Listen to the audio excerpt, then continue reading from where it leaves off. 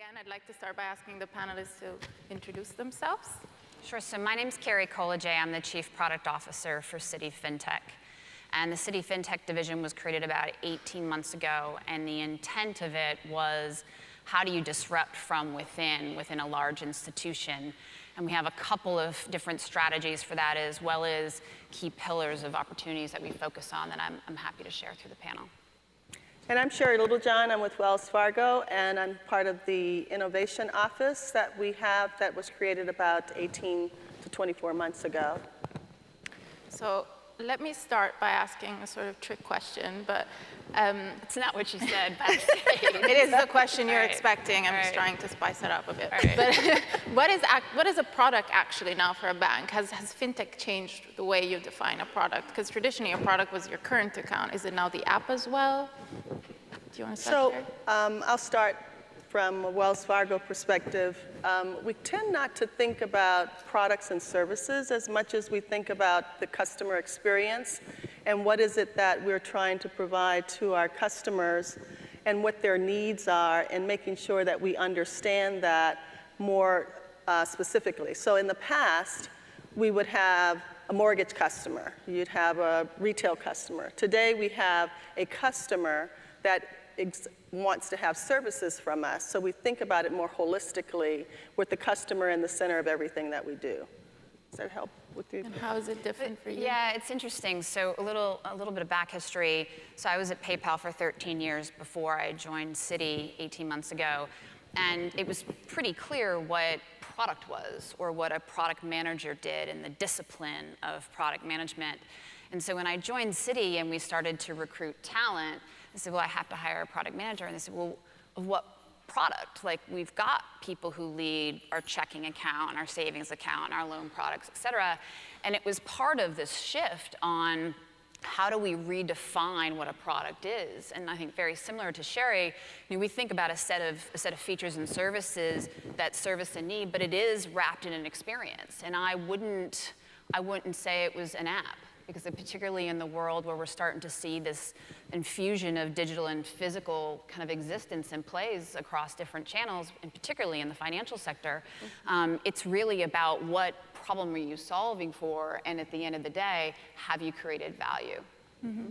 And how, I know you have multiple differences between organizations. It's different because you're both in innovation departments, but how do you structure your teams now so that you can deliver products in a more modern way, or faster, or better?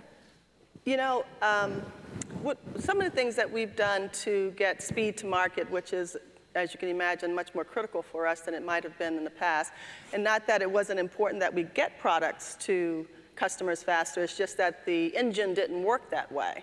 So what we've done today is created what I'll call virtual teams, where we bring in the right talent, the right skills to take us from this beginning to the end and speed up the way in which we deliver. So while we may take technologists from the technology organization, we may also have risk people working with us. We'll have information security folks working with us.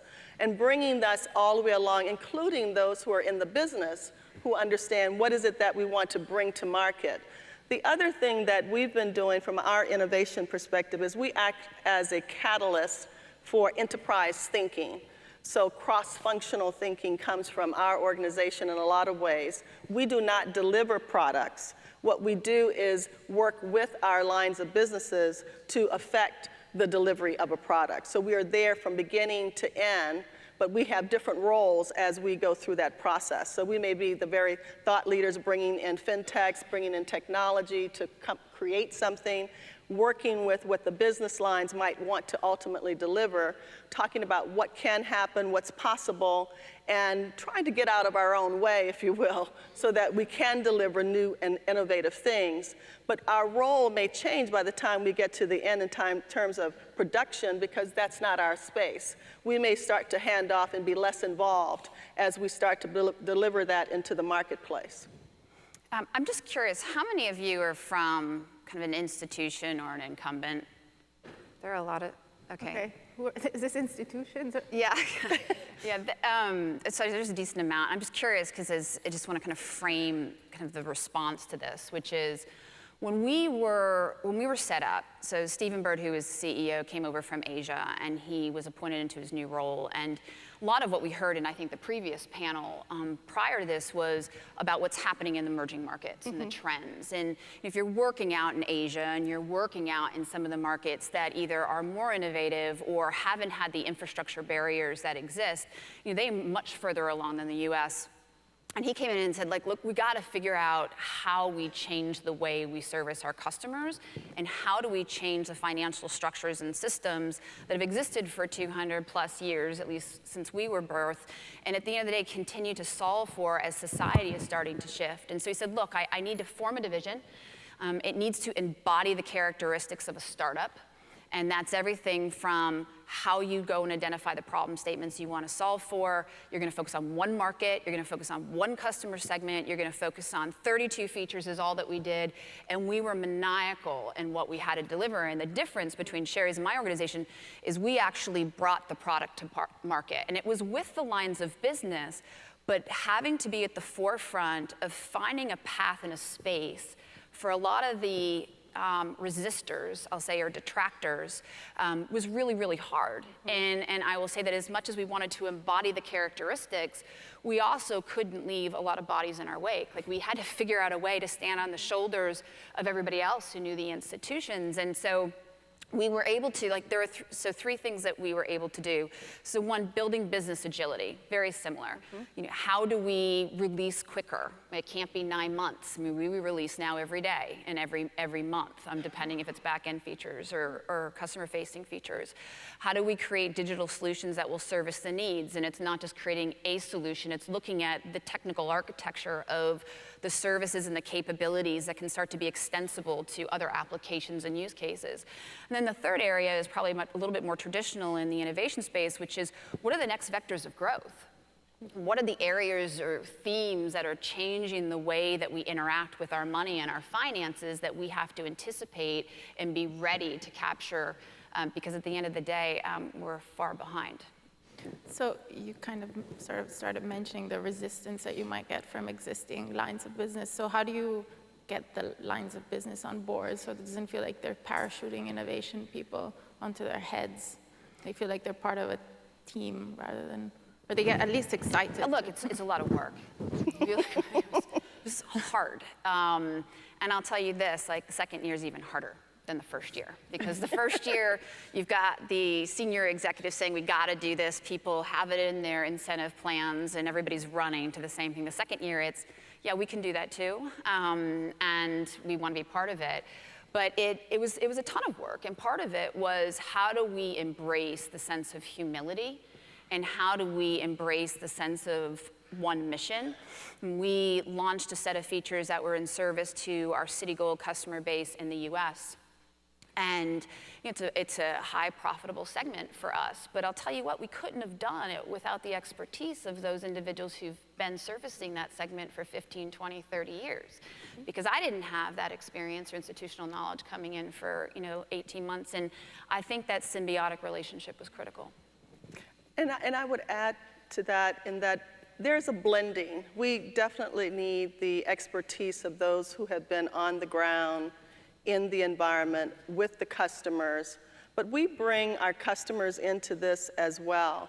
And I would say that the resistance may have been more before our event that we had in October, that we are definitely working toward correcting as quickly as we possibly can. But when you have something like that that does happen, it does ignite a different way of thinking.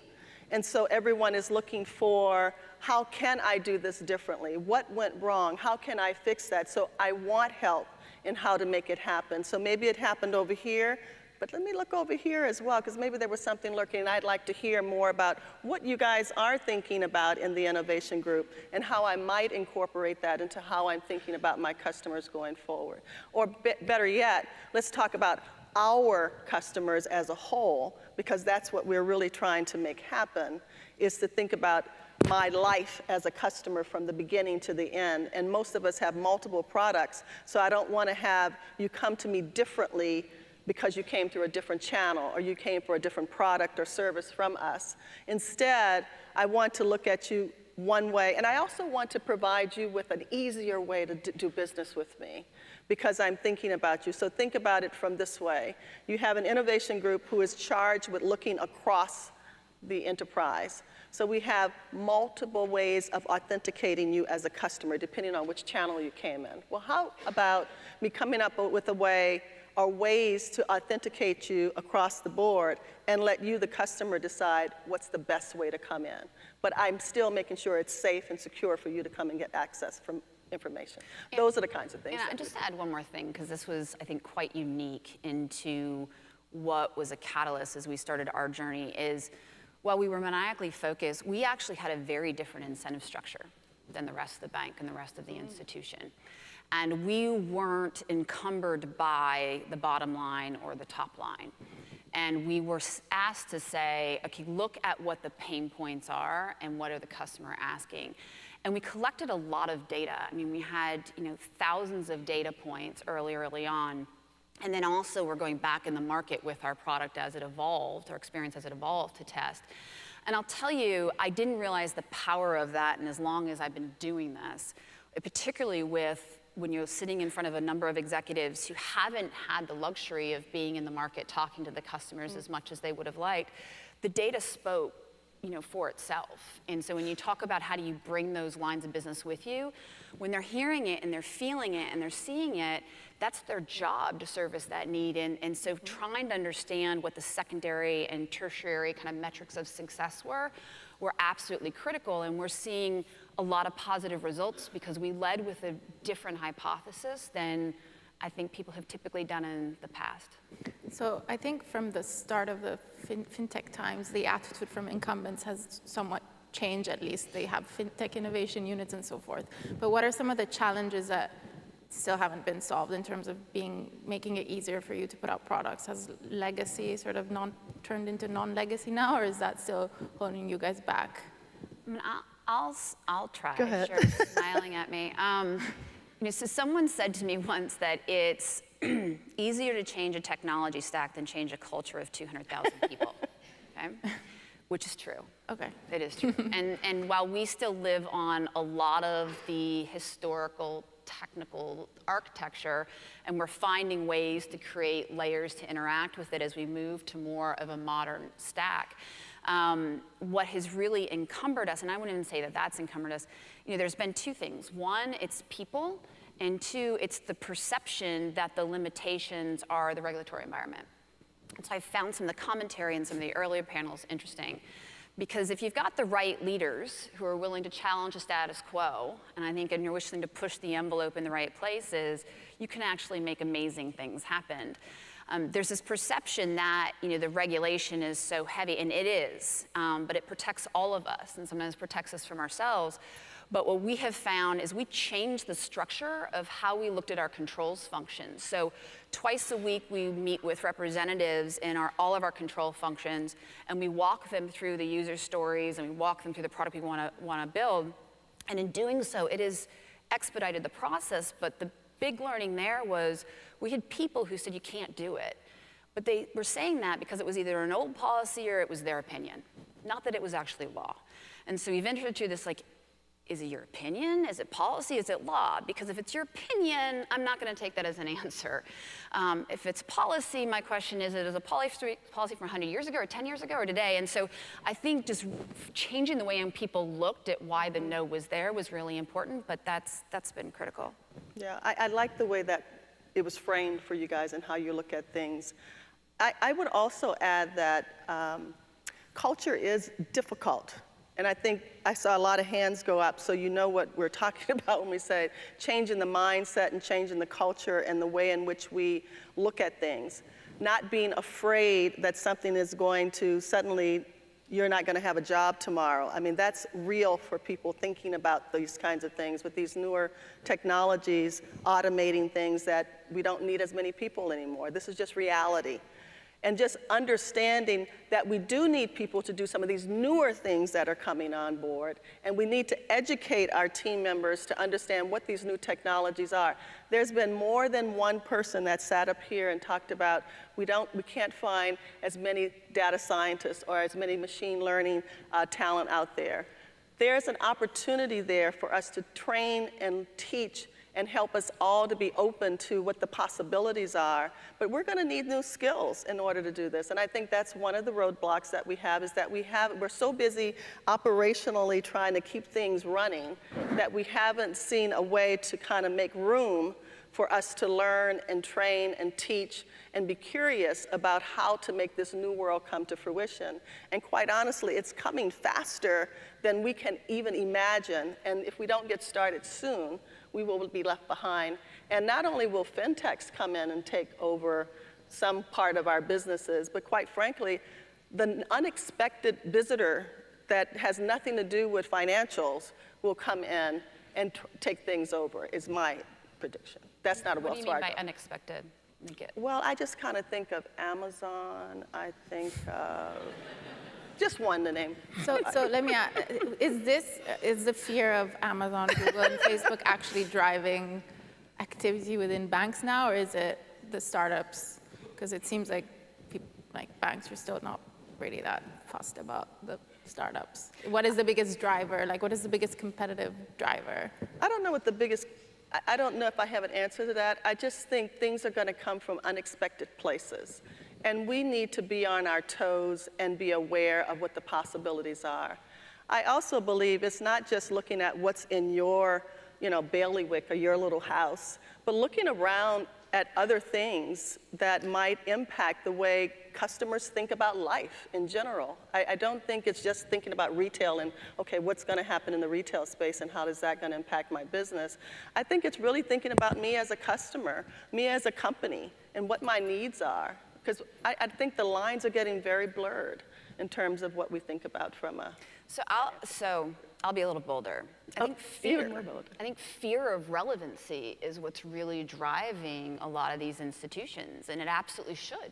Absolutely. Because, we all talk about the unbundling of banking and the rebundling banking, but it is very true. There's different aspects of our profit pools that are being attacked, and so I think that fear is what's kind of bringing people together to address it. There's a number of fintech startups out there that I think are doing some amazing work, and we would be lucky to do business with them. And so there's a question of, well, why aren't we? And I think we should explore that.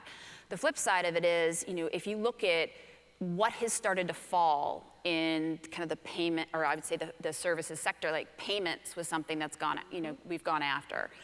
Not we, the collective we here. And now you're starting to see slowdown of venture investment in there, and you saw it, kind of pick up in lending, and it's slowing down there, and the belief is that these markets are saturated, and I absolutely think that's the case. And we can't think about competing against the other banks over here, because what we're competing against is the mind share of customers and how they interact with different experiences every day. You think about banking solutions like Tinder. You think about banking solutions like Instagram. And so I think that's an important piece. And Amazon and others, they've got reach, they've got distribution, they've got mind share, they've got brand trust. And they've started to play in other spaces, and so you can't help but wonder where the opportunities and the possibilities are with them. So I would just add, one of the things I think is going to be imperative for all of us to kind of think about is, how do we partner better? Just partner better within our companies as well as outside of our companies, with places and opportunities and capabilities that make sense for what we are trying to do as our companies to satisfy those customers. And that's not something we have naturally done in a big way, but I think it's going to be bringing some of those in. And those are some of the things that we are doing, is looking at, where are the natural, maybe some unnatural partners that would actually benefit the customer in terms of how customers are doing business today. And that's just part of it, I think. So how much are you thinking of new business models rather than new products? I don't know if you see what I mean. Are we likely to see new fintech business models be developed from banks, or banks just trying to scramble and trying to make their app look more like? Well, I mean, the winners are going to completely change the game. I mean, you have to look at where the new profit pools are going to come from and what the new business models will be, absolutely. I mean, if you think about the money that used to be made from interchange for all these years, the reality is sending money to somebody, there's no money to be made in that anymore. I mean, it's part of the engagement play and capturing, you know, what I would say is kind of the customer problem statement, and so it's a combination of both. I mean, I think a lot of us, I can't speak for Sherri, but you know we've got to get at parity. And so what does parity look like? When I first started, you know, we were supposed to build the bank of tomorrow, and that was what our remit was. And I came in as a product lead. I'm like, I cannot wait to build this bank that I have thought about for so long that can help like solve financial inclusion around the world. And the reality is like our customers said to us, no, thank you. Like we don't need you to go build an experience where you can take a picture of a house and then apply for a mortgage and to get, you know, the mortgage into your account. What about VR headsets? Not yet, okay. Not yet. And so we really had to calibrate ourselves. And I'll never forget the meeting that we were sitting with Stephen and we were finally finalizing the scope of work. And I had to walk through every single feature. And I looked at him and I'm like, it's just not exciting. You know, it's not enough. Like this isn't the bank of tomorrow.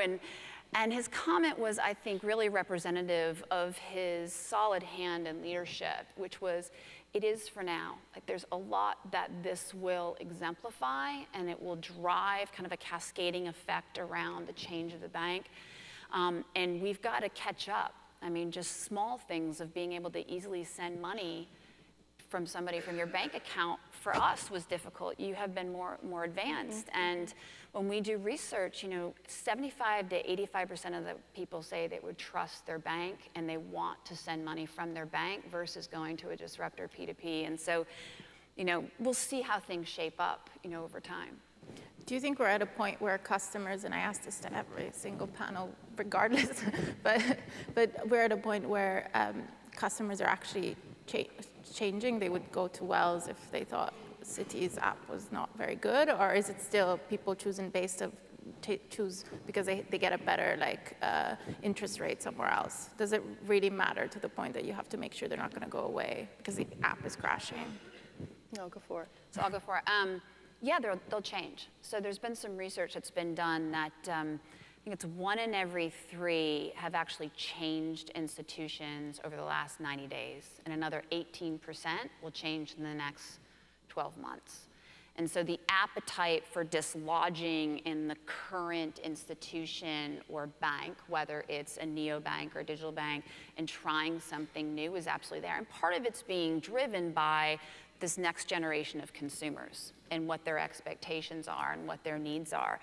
The question that I always kind of ponder is, well, how do you make it easy to change? Because if you look at the statistics, you know, some of these new entrants are secondary accounts versus primary accounts. And so you have to start to look at that dynamic a little bit, which is, okay, well, if I am going to change to Wells from Citi because they do offer something more, and its interest rate is huge, absolutely, how do I do that quickly? Because the process right now is quite cumbersome, and I try to liken that back to the ISPs when you used to want to move to Verizon versus AT&T and you couldn't move your mobile number, and then you wanted to move phones and you couldn't move your data, and it was a pain in the ass.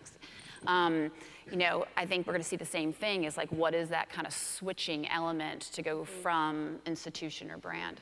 And I would say our motivation is to really be personalized and to really make it easy for customers to want to stay with us. I mean, that's what we're about, trying to build that loyalty and to make sure that it's secure and that they know it's secure and that it's transparent and making it easy. But personalization is what we're moving toward for what we're trying to do for our customers. So how do you think open banking and APIs might help shape the products of tomorrow? Or are your banks kind of excited about it, not really excited, a bit unsure? So I would say from a Wells Fargo perspective, this is something we've been doing for a long time. We had started this long before it was a craze or a popular thing to do APIs. But our intention is really to help make it easy for some of our customers to not have to build things on their own, but take advantage of what we provide and give them easy access to information or services that they can utilize and still offer our services to their customers much more easily. But it's just really, I mean, APIs is not rocket science, you know. It's just something that we need to manage. I do believe that's the next real big thing, is how do you manage this in a more effective way? Because you can't just keep building APIs without any kind of understanding of what you're really trying to do for your customers. I'm excited. I mean, I think a lot of us are excited who've been in the sector for a couple of decades, because it just opens up the possibility of innovation and new business models that you never would have imagined. And what I have come to understand is that there's a lot of companies that do want to work with the big institutions, and exactly for the reason that I think we've heard over the last couple days is there's something to be had with globality and brand and the regulatory environment being managed with new ideas and experiences and new ways of thinking.